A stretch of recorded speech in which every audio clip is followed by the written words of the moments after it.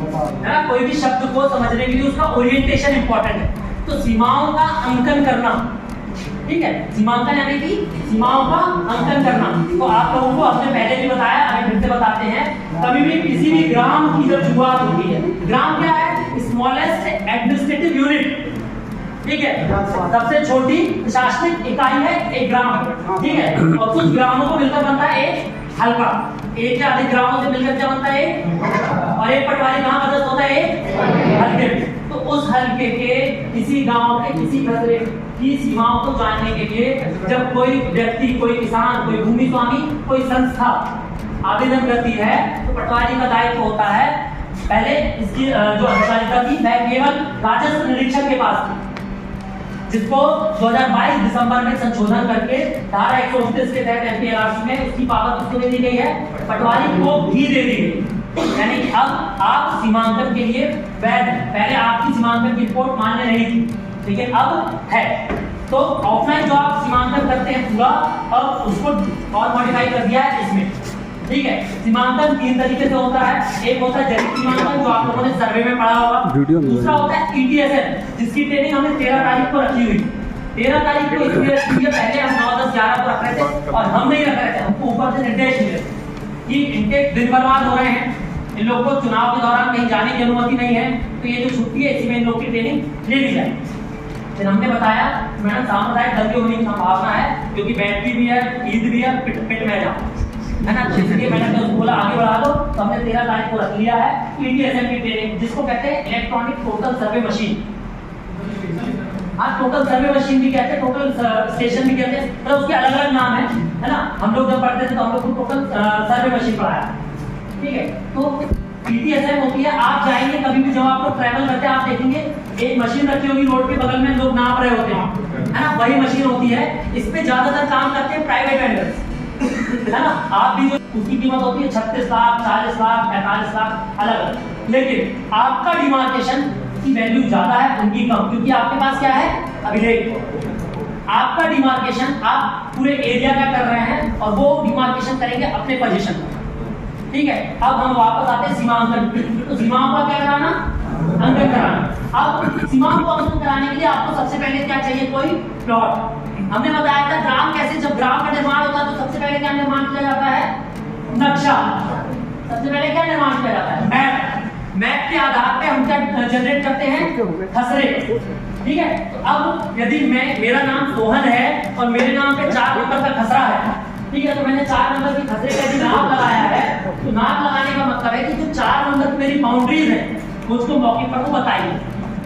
अब नाम कब कब और क्यों लगाई जाती है, आपको ये बहुत महत्वपूर्ण है।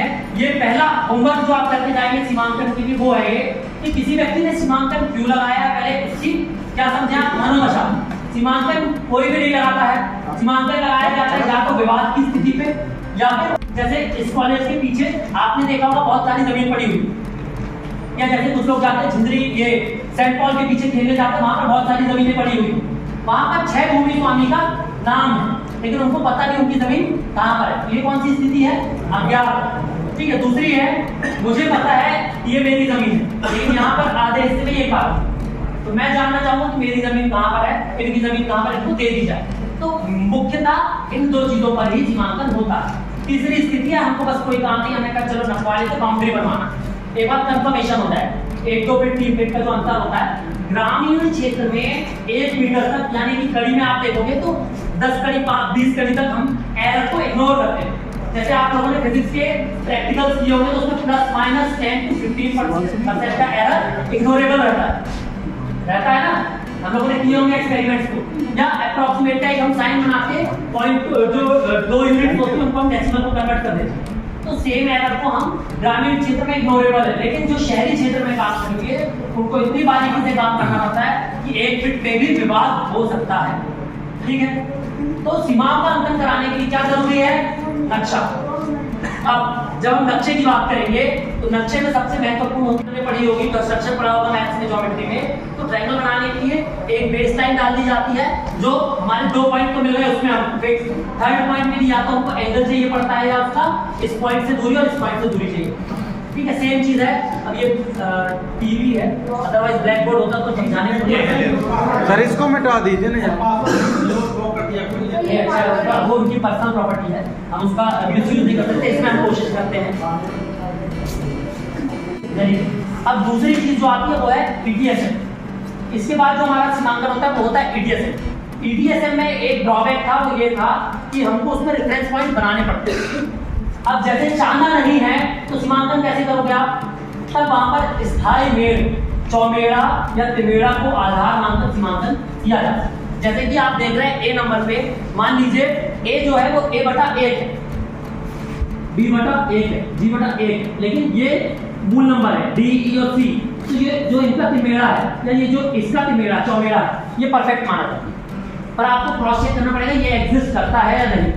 तो हम क्या चेक करेंगे? एक ही हमने चेक किया, फिर इससे कोई और स्थायी पॉइंट हम एक बार और क्रॉस चेक करेंगे, जैसे ये, तो इसकी डिस्टेंस चेक कर लेंगे हम जरीब से, यदि एक्यूरेट आई है तो ये पॉइंट सही है, ठीक है।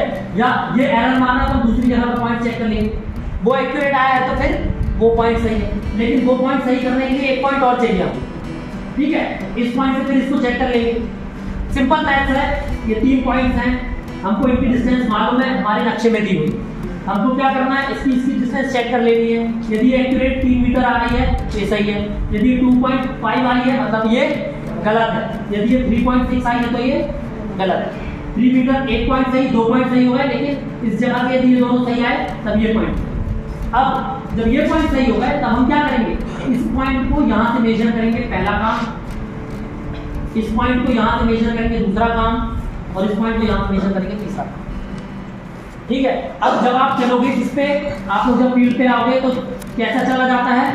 ए से बी से सी से बी और एक थर्ड फील्ड बुक बनाई जाएगी। अभी आप लोग सर में जब फील्ड पे जाओगे जब अजय लाल सर करवाएंगे सोनी सर, तब वो ऐसे ही करवाएंगे, ऐसे ही बनाई जाती है फील्ड बुक। और फील्ड बुक से बनाया जाता है फिर नक्शा। नक्शे बनाने के बाद चेक किया जाता है कि जो हमारा नक्शा है और जो पहले से मौजूद नक्शा है वो सही है। यदि दोनों सही है मतलब आपका सीमांकन क्या है? इतना ही है आपका। बस अब जो ईडीएसएम में पॉइंट था, आपको ये पॉइंट एस्टेब्लिश करना पड़ता, ये पॉइंट बनाना पड़ता था, होता नहीं था, लेकिन इसमें आपके कोर्स टावर में ये पॉइंट होता है। इसमें आपको क्या करना है? ये टैबलेट गवर्नमेंट द्वारा दी गई है, सेट सर्व करके इसको कहते हैं। ये है जीपीएस आपका, ठीक है, इसमें सिम लगी होगी पहले से।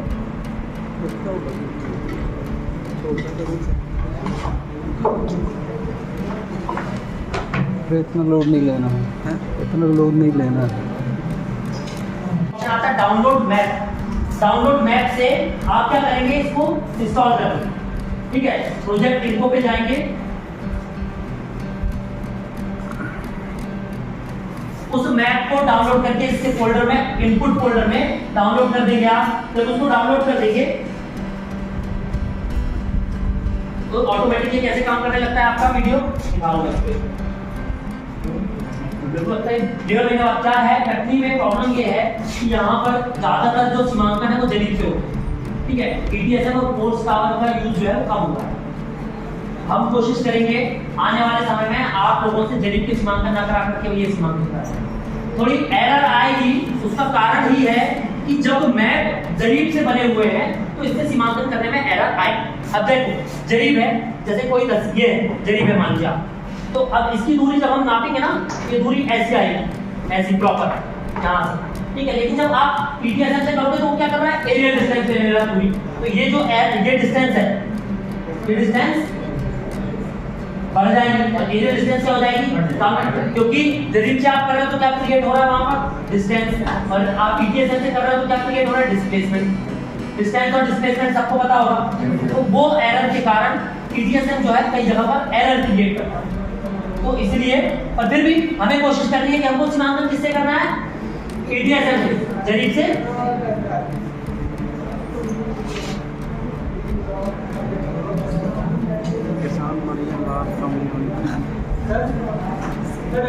जिसके एक्यूरेसी मैंने कितनी बताई है?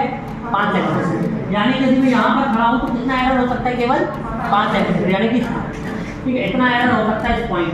तो ये जब आप यहाँ पर चलेंगे तो आप इसको सेव कर लेंगे, इस पर पॉइंट आएगा, फिर आप इस पॉइंट पे जाएंगे, सेकंड वाले पॉइंट पे, तो ऑटोमेटिकली आपको ले जाए। आपको इस पॉइंट पे जाना, आप डाल देंगे इस पॉइंट पे जाना है तो खुद ही बता देगा कितने मीटर और किस तरह का। ठीक है, जैसे यहाँ पर पहुंचेंगे पॉइंट से, यहाँ पर पॉइंट से सीधे सीधे में तो है, बीच बीच में भी आप जहाँ जहाँ जाते जाएंगे वो पॉइंट सेव आपका करता जाएगा। ठीक है, जैसे कि ये एक पॉइंट, ये पॉइंट, फिर ये पॉइंट, ये पॉइंट, ऐसे करके अलग अलग पॉइंट सेव होते जाएंगे। और अलग अलग पॉइंट सेव होने के बाद लास्ट में क्या बन जाएगा हमारा मैप, और उसी मैप से क्या बन जाएगी फिर फील्ड। अब फील्ड बुक क्यों इंपॉर्टेंट है? जब आपने सीमांकन किया और जब आप किसान आवेदन लगाएगा, यदि वहां पर उसका क्या पाया जाएगा, किसी और का कब्जा, तो वो जो कब्जा हासिल करने के लिए उसके लिए क्या इंपॉर्टेंट है, फील्ड बुक। क्योंकि फील्ड बुक में बताया जाएगा कितने हिस्से में, कितने एरिया में, कितने लेंथ, कितने ब्रेड्थ में किसी और व्यक्ति का पोजीशन। सेम यदि आपकी जमीन पर पोजीशन है तो, और आपने यदि पोजीशन रखी किसी और की तरफ, फॉरेस्ट की तरफ बढ़ा लिया है तो, जैसे फॉरेस्ट के सीमांकन होते हैं उसमें वो बता देते हैं भाई खाली पड़ी थी तो हमने बढ़ा लिया। किसान क्या करते हैं, फॉरेस्ट जमीन को बढ़ा लेते हैं, गवर्नमेंट लैंड पड़ा है पीछे हमने बढ़ा लिया, 4 फीट एक्स्ट्रा बढ़ा लेते। ये सब चीजें किससे पता चलती है, डिमार्केशन या सीमांकन। ठीक है, इतना ही है। बाकी इसमें जब तक अपन फील्ड पे नहीं चलेंगे, इसके अलावा आपको समझ में नहीं आएगा। इसके 13 को शार्प 10 बजे, इसलिए ताकि आपको पता होना चाहिए धूप में कैसे काम करना है। सब लोग अच्छा पानी लेकर आएंगे, ठीक है।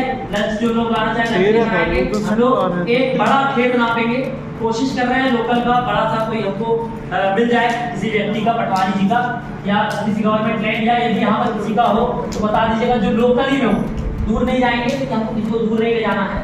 कोशिश करेंगे तो एक अच्छा तो फिर अवेलेबल है ही है, ठीक है। 3 से 4 एकड़ का बड़ा खेत नापेंगे, सबको नापना है, सब लोग नापेंगे। तो ये व्यक्ति नहीं नापेगा, सबको नापना है। आपको नोट्स बनाने हैं, आप नोट्स बना रहे हैं। पानी, गमछा कंपल्सरी। पटवारियों के लिए गमछा जो है वो क्या है, कवच है, कर्ण का कवच है वो। नारद जी तो नहीं देना है करने, ठीक है, इसलिए बात दे दिए।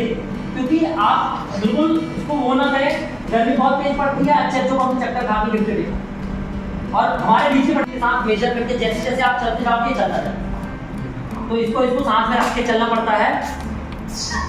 ये पूरा इसका किट है, इसमें ये लग जाएगा, इसके ऊपर ये लग जाएगा।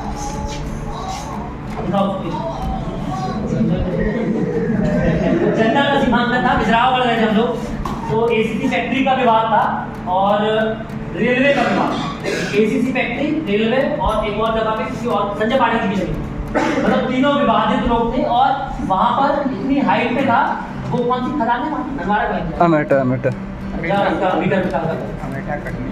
नहीं अमेटा नहीं यार, वो कैमूर किया था, कैमूर